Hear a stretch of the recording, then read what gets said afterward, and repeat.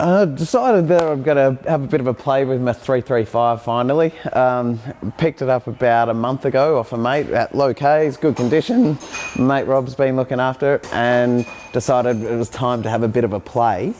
So jumped on, realised I had a tight budget. The missus was pretty, you know, what do I say?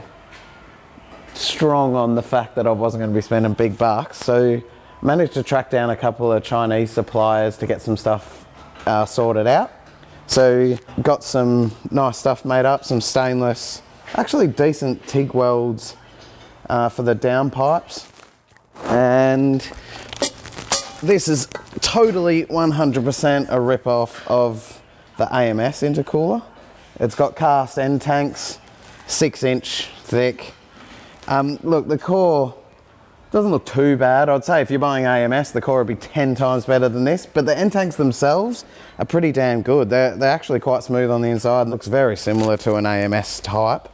So we're gonna be looking at throwing that stuff in this morning and a bit of an MHD tune, and we'll see what we can get horsepower wise. So at the moment, Rob's just working on getting a few of the bits and pieces out of the way so we can get to the downpipes. And I'm just going to work on taking the intercooler out. So the intercooler, it's just a couple of clips, literally a couple of clips, and a T20, I think it was, Torx 20 or 25 screws in the bottom, and then you can just rip that intercooler out. All right, so I've just undone those clips. There's some brace clips at the bottom, and out comes the standard intercooler. The only thing that you sort of need to be wary of putting the new intercooler in is just on these. There's some brackets up here. They're not actually, you can't release them, you've got to cut them. So there's just two brackets that we've got to cut here to put the new intercooler with the silicone pipes that come with it. So you can just see up in here, I don't know if you can see that there, but there's some piping up here. This here needs to be cut out. All right, so let's have a look at the comparison between the two. You can see here, look, I mean, the core thickness primarily is the big one. But if you look also at the depth, you actually get a fair bit more depth from the new cooler. But as you can see, pipes end up relatively similar to where the originals are, with exception of, I've got the silicone extension here to go to that point where I was talking about where we need to cut. So that's it, that's the comparison.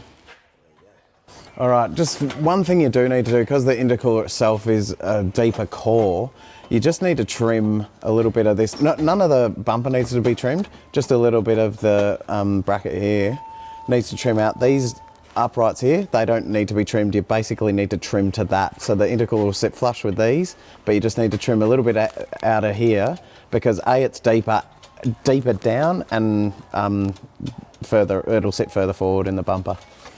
All right, so Rob just did it was so easy, like it was a 5-minute job, just whipping these downpipes out.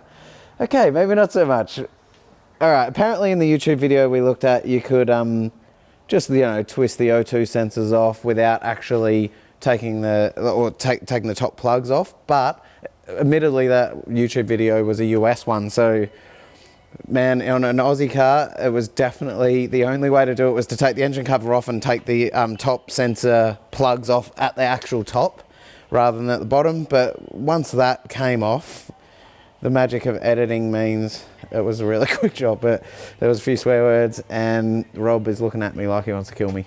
But we do have them out. So there's a comparison of the dump pipes there. You can just see, like, obviously, they look like the same shape, so let's just hope they squeeze on there with no issues, or else I'm going to have a mechanic killing me.